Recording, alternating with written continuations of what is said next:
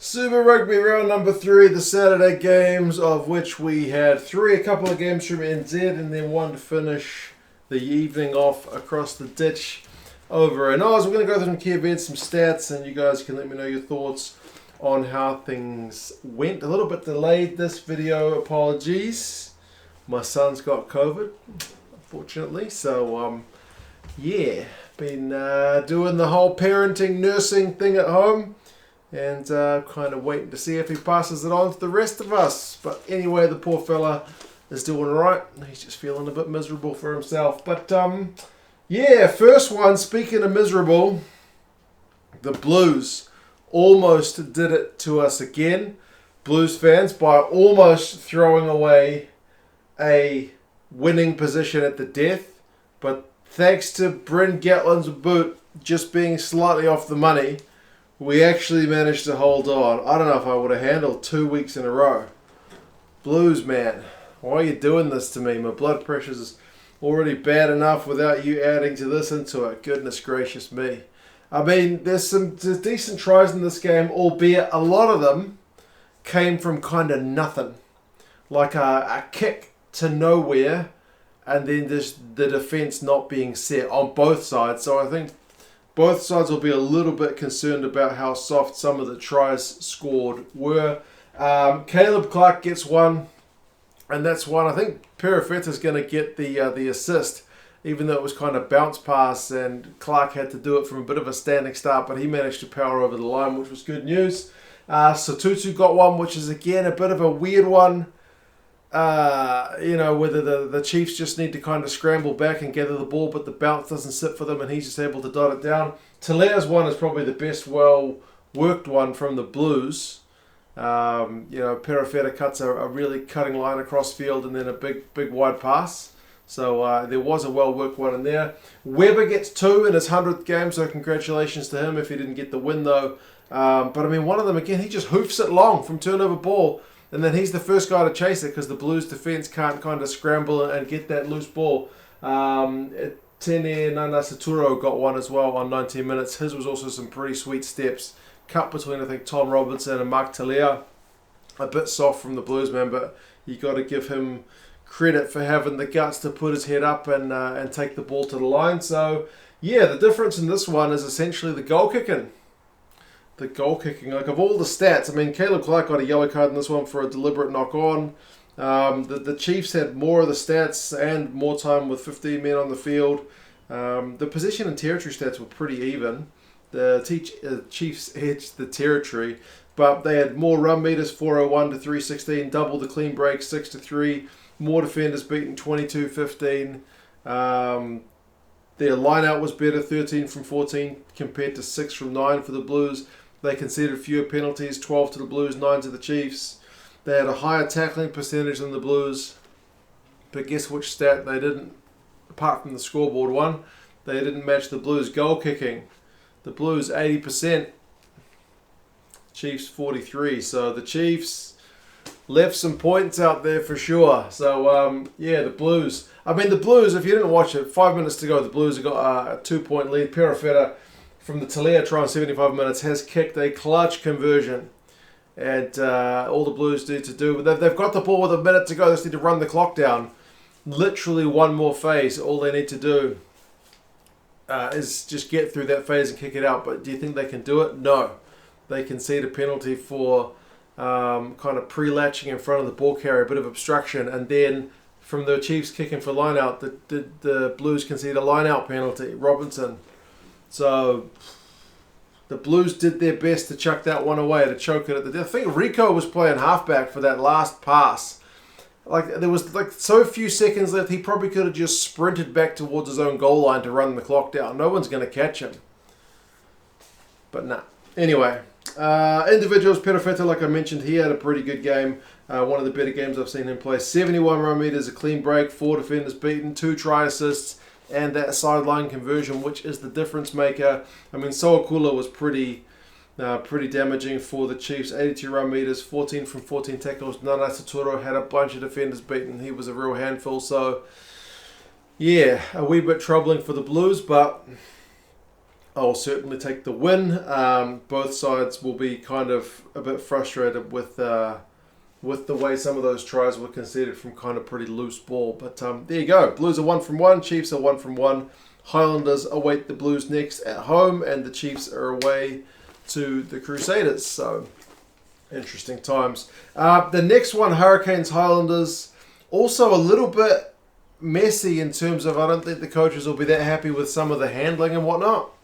Like the first game, as I mentioned, there's a bit too much drop ball and a bit too much kind of soft D at times. Same with this game, but it was still entertaining. The fact that it goes down to, being within a score at full time is kind of always what you want to see. But I mean, half time it's 7 points to 0. It's pretty low scoring, and there'd been a fair few knock-ons. I think both sides were a bit guilty of either dropping the ball or just missing that last pass or, whatever. There was a great try in the first half, though, through Pody Rakete Stones, the big loose head prop, running into space, a clean break. That was pretty beautiful stuff. There's nothing quite like the sight of a prop in open field running for the try line. It was probably like 10-15 meters, but it'll be 50 by the time he's finished telling the story. The Hurricanes had a 14-0 lead when they got their second try through Proctor. That's into the second half.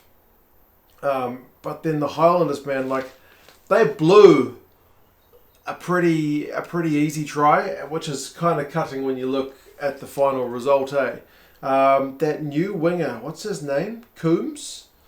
I mean, I feel sorry for him. Coombs Fabling, another man with a double-barreled surname. It's a cross kick and it's like around his head, but he should be taking it. And he just would dot it over for the line. Yeah, it's a bit of a brutal one to miss out on that one. So, yeah. That being said, they got one through Manaki Selby Rickett on 58. There was the hint of a knock-on in the build-up, but they ruled there was nothing conclusive. So, 14-7's back to game on. Pete Umanga Jensen, though, he did Gregory, I think it was, in the midfield for the Highlanders and set up Logan Henry, which is a pretty start. He's new to the team, eh? Is it his first game? Yeah, pretty good way to introduce himself. So I try to make it 21-7. That looks like it's probably game over. Braden Yorsey as well was the one who kind of started that off. That guy maybe needs to get a start rather than coming off the bench because he seems to add huge impact when he comes on, eh? Real spark to the game. But that being said, the Highlanders did get one on 75 minutes through Dixon. So it's the tall timber getting the tries this week for the Highlanders, which is maybe a bit concerning. It was a heap of phases, so yeah, but they couldn't get any well-worked kind of set-piece moves that are the Tony Brown specials, you know what I mean? It was a bit of grind. So yeah, 21-14 it finishes. The Highlanders got pinged for a scrum penalty at the death, and that was pretty much all she wrote. So yeah, it's a weird one when you look at the stats again because run meters, the Highlanders outdo the Canes 514 to 432, but run meters per carry, the Hurricanes are more effective. The Highlanders were less than 4 meters a carry, 3.9 or something, whereas the Hurricanes were up 4.5. So just the ball carrying generally a bit more effective from the Canes, even if they had less ball, 40% possession and 38% territory. So the Highlanders had a bit of pill. They didn't have to make as many tackles. They made 112 to 159 for the Canes. Yeah, goal kicking is not that great on either side. New Zealand sides aren't exactly lighting it up with the goal kicking. 60% for the Canes, 50% for the Landers. Artie Savia, though, continues to just do his thing, doesn't he? He loves his little shimmy moves and his elaborate dummies. They haven't fooled anyone just yet. But 74 run meters, 2 defenders beaten, and 13 from 13 tackles from him is pretty huge. Thomas Umanga Jensen, 62 run meters, 9 defenders beaten, 8 from 8 tackles. Also not a bad shift in return for the Landers. That man Coombs Fabling, like I mentioned, I don't mean to be hard on him for his debut, but 5 turnovers conceded is a horrendous amount. He's not the only one. I mean, Geordie Barrett has 4, and he's an experienced All Black, so it can happen to the best of us, but yeah, a lot of drop ball. I don't think either of the coaches will be too delighted, but the Hurricanes will certainly take the win all the way to the bank. So, yeah, I should say, people have been asking, what's the deal with these attendances? There was a handful of people at both of these games. Yeah, we're still under pretty heavy COVID. I don't know if it's heavy, but compared to lots of parts of the world, heavy COVID restrictions with how many people we can allow into stadiums. It's only a couple of hundred, so yeah, it's not people not interested. It's just the COVID restrictions at the moment, as we are, with my son being evidence, going through heaps of cases at the moment, so that's just kind of a thing. Final game, Brumbies and Tars, 27-20.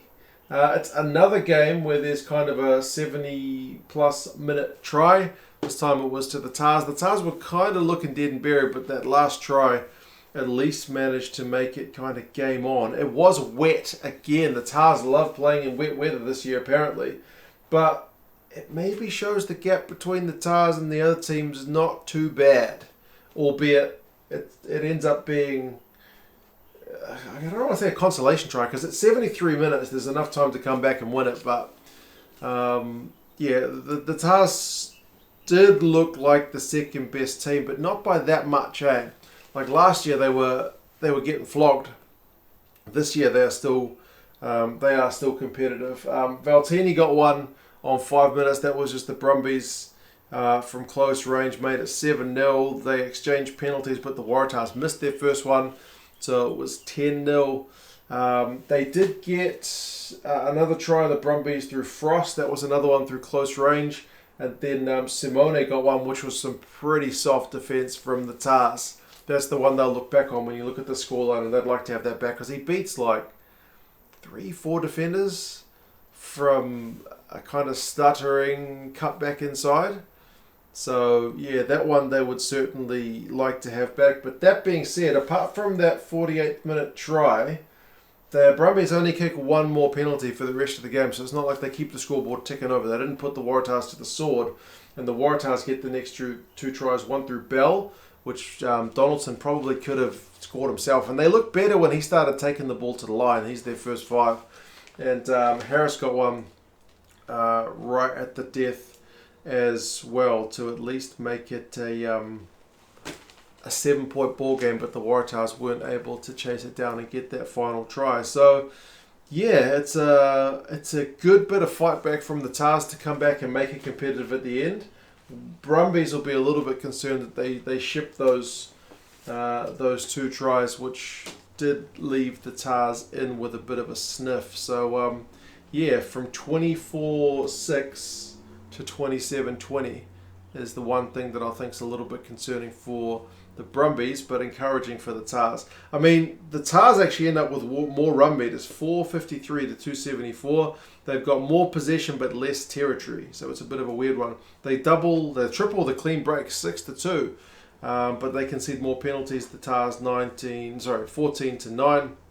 The Brumbies make a lot more tackles, 166 to 102. So they generally looked a bit more solid on D. But then, as I said, when Donaldson started carrying and whatnot, Charlie Gamble, I forgot to give him a mention. He has a big old line break, big dummy. That one could have been a try, but they couldn't quite convert it. So, yeah, they did have some good moments, the Tars, but not quite enough. Valtini, 51 run meters and 2 defenders beaten. He's the best guy for the Brumbies ball in hand by a mile. Nobody else tops, I think, 20 or 30 run meters, which is a little bit concerning.